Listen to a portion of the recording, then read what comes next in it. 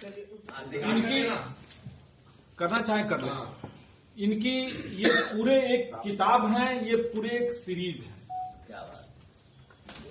शायद इतनी इंटरेस्टिंग आप लोगों को रेयर कहीं मिला होगा। ये वो चीज है।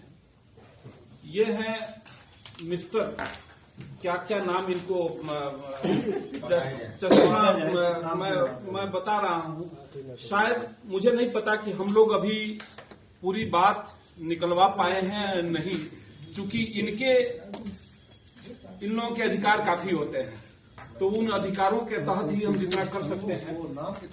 ये है अभिनव शर्मा, प्रेम प्रकाश, राजीव सिंह, संजीव सिंह, सर्वेश शुक्ला, ये बहुत सारी चीजें हैं।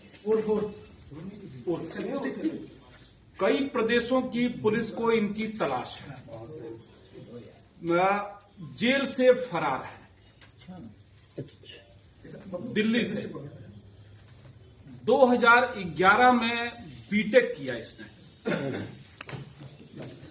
मैकेनिकल इंजीनियरिंग से। क्यों मैकेनिकल? मेरा फोटो आए या न आए, इनकी अगर पूरे देश में आएगा तो बहुत सारे लोगों के साथ ठगी होने से बच जाएगा। ये इनकी कहानी शुरू होती है, ये जब बीटेक कर रहे थे, जीएलए है भाई, जीएलए कॉलेज, जीएलए मथुरा से बीटेक कर रहे थे। उसी समय से ये बेहद शातिर और क्रूर किस्म का अपराधी है। उस समय से ही इसने शुरू कर दिया अपना धंधा, लोगों से एडमिशन कराने के नाम पे कॉलेज से कमीशन लेना। वहां से इसका शुरू हुआ और वो सिलसिला आज जाकर के यहाँ रुका। बेसिकली लखनऊ में यहाँ पे वो हुआ, शिकायत आई कि एक मेडिकल कॉलेज में एडमिशन के नाम पे हम लोगों से काफी पैसा ले लिया गया और अब वो ऑफिस बंद है। तब जाके हम लोग इस पे लगे तो ये मालूम हुआ, और ये इतना शातिर, अपना कोई ये ऑफिस खुला, कोई प्रमाण, कोई एविडेंस इस आदमी ने नहीं छोड़ा, अभी भी कोई वो नहीं। फर्जी आधार कार्ड, पैन कार्ड, फर्जी सारे डॉक्यूमेंट्स। और इनकी कहानी ये है कि ये बीटेक करने के बाद से वहां उस कॉलेज में तमाम एडमिशन करा के, उसके बाद से इसने क्या किया कि 2 जगह कोचिंग खोला, गोरखपुर में और बनारस में। कोचिंग खोल करके लोगों से एडमिशन के नाम पे पूरे उसमें कि देश के विभिन्न जाने माने कॉलेजों में एडमिशन के नाम पे पैसे लेना शुरू किया इसने।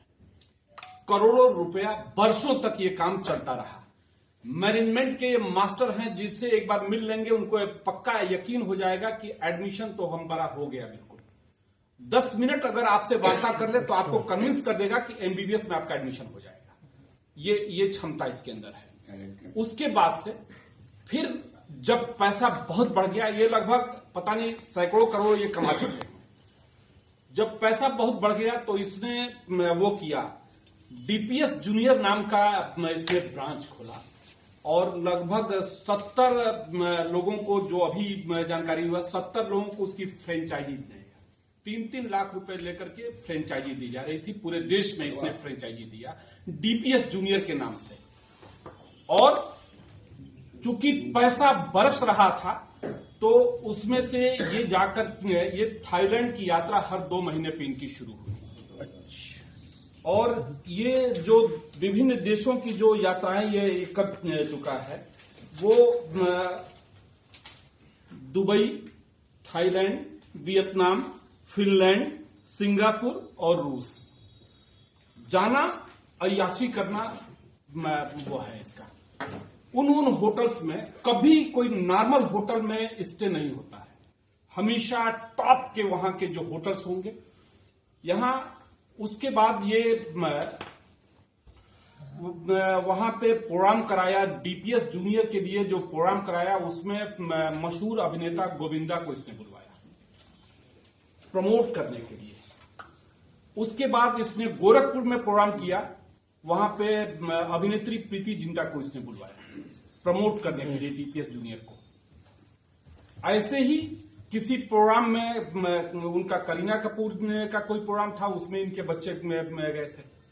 तो ये लगातार अपनी चीजों को, और फिर ये उसके बाद से विभिन्न कॉलेजों में पैसे के नाम एडमिशन के नाम पे पैसा लेता रहा। उसके बाद से इसने लखनऊ में आकर के यहाँ अपना ऑफिस खोला। ऑफिस खोल करके किस नाम से वो शुरू किया भाई? Study pathway consultancy. और पेपर्स में 15 लाख रुपए इनका लगा, पेपर में विज्ञापन दिया। उधर बिहार से भी ये जेल जा चुका, गुजरात से जेल जा चुका, सहारनपुर से, फिर बिहार से इसे लाया जा रहा था सहारनपुर। तो इसने 5 पुलिसकर्मी इसके साथ थे। दिल्ली के एक होटल में रुका, उसके बाद से वहां चकमा दे करके वहां से फरार हुआ। तब से ये फरार चल रहा है। और वो है हमेशा। उसके बाद इसने एक ऐप है कोई, उस ऐप के माध्यम से लड़कियों से फ्रेंडशिप करना।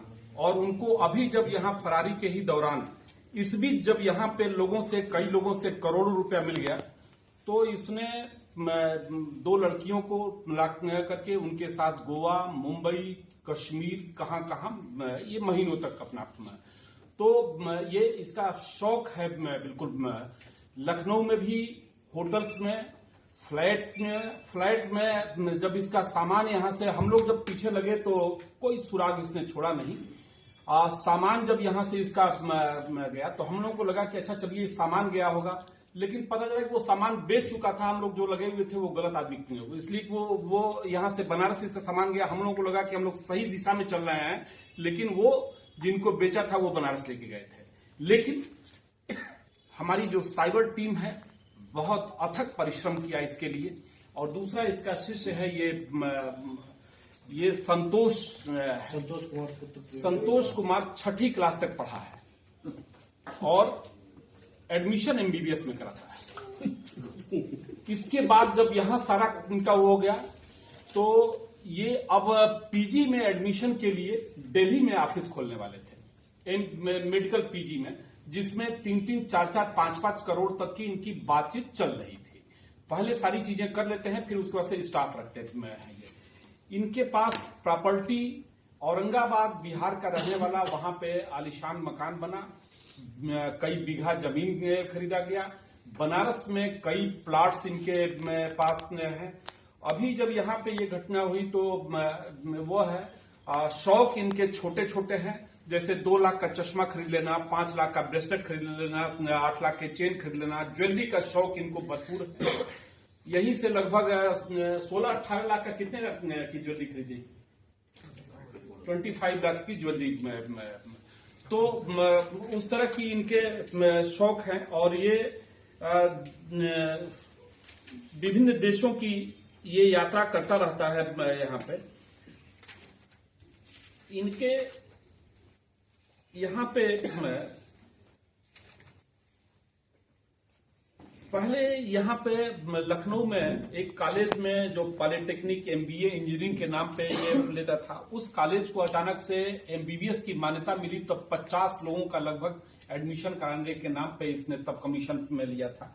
उसके बाद से यहाँ पे क्या किया कि नीट की परीक्षा में कम अंक पाए विद्यार्थियों से कॉल करके उनको बुलाना, कंसल्ट करना और एक हिंद मेडिकल कॉलेज के नाम पे अकाउंट खोला और ये बता करके कि आपका एडमिशन हिंद मेडिकल कॉलेज में हो जाएगा।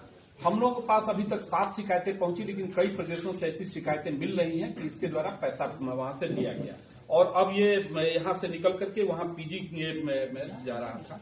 तो ये है इसका। और चूंकि कई प्रदेशों में इसके मुकदमे, यहाँ पे पहले यहाँ भी मुकदमे इसके कई कायम हैं, तो उस तरह का है। ये बेहद शातिर है, बेहद क्रूर है और इसका साथी ये है आप लोग के सामने है।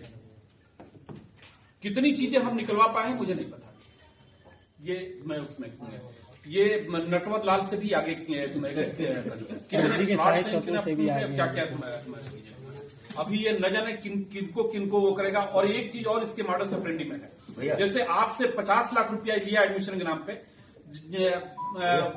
बाद में आपको लगता है कि यार इससे अब इसको जेल जाने से क्या हो जाएगा, हमको 5 लाख भी मिलके, तो ये समझौता कर लेता है। तो इसके लिए बड़ा मुकदमे जो लिखे गए, इनके कई प्रदेशों में मुकदमे हैं और बाद में सभी में समझौता कर लेना। इसका आपको 1 लाख रुपया भी तो आपको लगता है कि यार ये जो 40 लाख गया, अगर 1 लाख भी मिल जा रहा है तो भैया ले लो यार, क्या जाता है। ये लोगों की एक वीकनेस का लाभ उठा करके लोगों से फिर समझौता, इसलिए इसके ये लगातार इसका बढ़ता जा रहा है। और दूसरा वो है ये महंगे शौक अपना पाले हुए है। ऐप पता नहीं कौन सा ऐप है जी जिससे वो करते हो।